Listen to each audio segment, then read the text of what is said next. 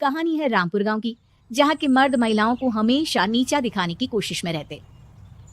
अरे अभी तक खाना नहीं आया, क्या मुझे एक और शादी करने की जरूरत है? नहीं जी नहीं, ऐसा मत करना, वरना मैं कहाँ जाऊंगी। खाना लेकर मैं अभी आई जी। गांव की पंचायत में भी फैसले हमेशा औरतों के खिलाफ ही रहते। मैं जो फैसला सुनाता हूँ वो भगवान की आज्ञा होती है।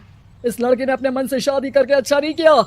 लड़के को घर भेज दो और इसकी शादी इसकी जाति की किसी लड़के से करवा दो, लेकिन ये लड़के, इसे तो गांव के बाहर निकाल दो। नहीं नहीं जमींदार साहब, ये क्या बोल रहे हैं? ऐसा नहीं हो सकता। मेरी बेटी मासूम है, इसे अच्छे बुरे की समझ नहीं है। अरे कहाँ जाएगी ये बेचारी? कहाँ जाएगी? इतनी चिंता है तो पूरे परिवार का गांव निकाला कर देते हैं। बेचारे पूरे बसे बसाए परिवार को गांव छोड़ना पड़ता है। चाहे जो हो, अगर बेटियों को कंट्रोल नहीं कर सकते तो गांव में रहने का कोई मतलब नहीं है। यहाँ औरतों को दब कर रहना होगा। कोई भी अपने हिसाब से कुछ नहीं कर सकता, सब ईश्वर की मर्जी से ही होगा। तभी गांव का एक आदमी दौड़ा दौड़ा आता है। सरपंच साहब, जमींदार साहब, वो कालिया है ना, उसकी बेटी पढ़ने के लिए शहर जा रही है। अच्छा, ये कब हो गया? और कालिया की हिम्मत कैसे हो गई ऐसा करने की? लेकर आओ उसे और उसकी बेटी को। बस फिर क्या था, हाजिर हो जाते हैं कालिया और उसकी बेटी सरपंच के सामने। अरे कालिया, ये क्या सुनने में आ रहा है? बेटी को इंजीनियर बना रहा है तू? और ये बता, गांव में तो स्कूल नहीं है, फिर कहां से इतनी क्लास पास कर गई तेरी बेटी? राधा, जो कि कालिया की बेटी है, उसे लगता है कि सरपंच उसकी तारीफ कर रहे हैं। सरपंच जी, मैंने ऑनलाइन पढ़ाई की है, डिस्टेंस लर्निंग से। सभी में मैंने अच्छे नंबर पाए हैं, जिसे देखते हुए शहर की इंजीनियरिंग कॉलेज में मुझे स्कॉलरशिप मिली है। वाह जी वाह, क्या होती है ये? पहले तो ये बताओ, फिर आगे की बात करते हैं। पूरा गांव राधा की बात सुन रहा था और राधा बोलती जा रही थी। तो ऐसे मैं फ्री में एक अच्छी शिक्षा लेकर गांव में जो कुछ परेशानियां हैं, जैसे बिजली, पानी और इंटरनेट जैसी समस्याओं के लिए काम करूंगी। मैं गांव को शहर से जोड़ने के लिए पुल का निर्माण करवाने का प्रस्ताव रखूंगी। मुझे पूरी उम्मीद है कि जल्द ही हमारा गांव भी तरक्की की राह पर चल पड़ेगा। राधा की बात सुनकर सारे गांव वाले ताली बजाने लगते हैं। सरपंच को समझ नहीं आता कि वो क्या करे। चुप रह नादान लड़की, गांव के खिलाफ जाने के लिए तुझे गांव से बेदखल कर दिया जाएगा, वो भी पूरे परिवार के साथ। और हाँ, अगर ठीक से गांव में रहना चाहती है तो ये पढ़ाई लिखाई छोड़ दे। हम तेरे लिए गांव का कोई होनहार लड़का देखेंगे। तभी गांव का एक आदमी बोल पड़ता है। अरे नहीं नहीं सरपंच जी, राधा बिटिया जो बता रही है, अगर वैसा हो जाए तो हम लोगों को पैसा कमाने के लिए बाहर नहीं जाना पड़ेगा। हाँ जी, और ना ही कोसों दूर पानी के लिए भटकना पड़ेगा। हमारे बच्चे भी अच्छी पढ़ाई कर सकेंगे और आगे बढ़ेंगे, ना कि हमारी तरह खेती करते बैठेंगे। क्यों गांव वालों, राधा बिटिया का साथ देना चाहिए ना। सरपंच देखता है कि गांव राधा के साथ है तो वो चुप हो जाता है। वो घर आकर अपने सलाहकार से बात करता है, जो बहुत ही चालाक किस्म का इंसान होता है। अरे सरपंच साहब, आपको बहुत ही होशियारी से काम लेना पड़ेगा। एक बार गांव तरक्की कर गया, यहाँ के बालक पढ़ लिए तो कोई ना पूछेगा आपको। और फिर ये जो बेटा और बेटी है ना आपके, इनको भी आम लोगों की तरह ही जीवन जीना होगा। हाँ, लेकिन करे तो क्या करे?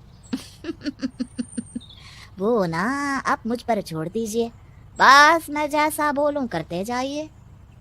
अगले रोज सुबह जब गांव वाले सोकर उठते हैं तो राधा के घर के बाहर और साथ ही वो लोग जिन्होंने राधा का सपोर्ट किया था, उनके घर के आगे लाल रंग से कल आऊंगी लिखा होता है। कल आऊंगी, यह क्या होता है? अरे यह तो खून से लिखा है, लगता है कोई भूत प्रेत या चुड़ैल का साया है। चलो सरपंच जी के पास चलते हैं। सभी सरपंच के पास जाकर उसे सारी बात बताते हैं। और ये तो बड़ी मुश्किल की बात है। चलो, मैं एक बाबा को जानता हूँ, उन्हें बुला लेता हूँ। सरपंच बाबा को लेकर गांव के घर के बाहर जाता है। ओहो, तो ये वो चुड़ैल है जो उन लोगों को निशाना बनाते हैं जो गांव को बदलने का सपना देखते हैं। वो गांव को ऐसे ही संपन्न देखना चाहती है, वो नहीं चाहती कि कोई बाहरी यहाँ का कायाकल्प करे। क्या तुम लोगों में से किसी ने गांव को बदलने की सोच रखी है? तभी राधा की माँ रोते रोते आती है। मेरी राधा घर से गायब हो गई है, अरे कोई तो बचाओ, मेरी बच्ची कहाँ गई? ले गई वो, चुड़ैल तेरी बच्ची को ले गई। अब वो उसे श्रापित करके छोड़ेगी, उस पर चुड़ैल का साया हो जाएगा। तभी बुरी सी हालत में राधा भी वहां आ जाती है। उसके बाल चुड़ैल की तरफ फैले होते हैं और कपड़ों में खून लगा होता है। सभी राधा को देखकर डर जाते हैं। माँ, पता नहीं मुझे कौन उठा कर ले गया था। अरे दूर दूर हो जा चुड़ैल, अब हम लोग इस गांव में नहीं रुकेंगे। अरे कैसी बातें कर रहे हैं आप?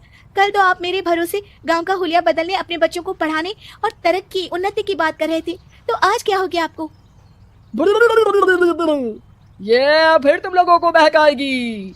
ये चुड़ैल गांव में आ चुकी है, ऐसे ही ये तुम्हारे घर के बच्चों को भी ले जाएगी। गांव वाले राधा को गांव से बाहर निकाल देते हैं। उसके माँ बाप रोते रहते हैं, लेकिन गांव वाले नहीं मानते। मैं भी अपनी बहन के साथ गांव के बाहर रहूंगा, लेकिन वो पढ़ाई नहीं छोड़ेगी। वहीं सरपंच के घर पर सलाहकार कहता है, देखा, सांप भी मर गया और लाठी भी नहीं टूटी। लेकिन अगले ही दिन सरपंच के घर के बाहर भी वही शब्द लिखे होते हैं। और फिर सरपंच की बीवी कहती है, हमारी बेटी को किसी ने अगवा कर लिया है। तभी राधा का भाई वहां आ जाता है। अरे गांव वालों, मैंने सरपंच जी की बेटी को देखा था, वो चुड़ैल उसे उठाकर ले जा रही थी। अरे क्या मजाक कर रहे हो? नहीं नहीं सरपंच जी, आप नहीं जानते, वो चुड़ैल अब आपकी बेटी में आ जाएगी, जैसे राधा के अंदर आ गई थी। तभी सरपंच की बेटी वैसी ही हालत में वहां आती है जैसे राधा आई थी। पापा, पता नहीं कैसे मैं गायब हो गई थी। चुड़ैल, इसके अंदर भी चुड़ैल का साया है, मारो इसे। अरे नहीं नहीं, इसे भी राधा के पास गांव के बाहर ही भेज दो। अरे चुप रहो, मेरी बेटी कहीं नहीं जाएगी और चुड़ैल वुड़ैल कुछ नहीं होता है। अरे कैसे बात कर रहे हो सरपंच जी? आप तो बोल रहे थे कि आपका फैसला भगवान का ज्ञान होता है, तो अपने पर बात आई तो अब आप ऐसे बोल रहे हैं। अरे ना ना ना, आपको अपनी बेटी को त्यागना ही होगा। अरे बुलाओ बाबा को। राधा का भाई बाबा को ले आता है, जिसे अब गांव वालों के डर के कारण सच बोलना पड़ता है। मैं कोई बाबा नहीं हूँ, मैं तो मोची था। ये सलाहकार महोदय ने मुझे कहा था एक्टिंग करने को। अब वो मुझे पैसे देने वाले हैं। अब मुझे माफ कर दो। गलती हो गई, मुझे माफ कर दो। तभी वहां राधा आ जाती है। देखा सरपंच जी, जब गांव के बच्चे साक्षर होंगे तो आप जैसे लोगों की चालाकी नहीं चलेगी।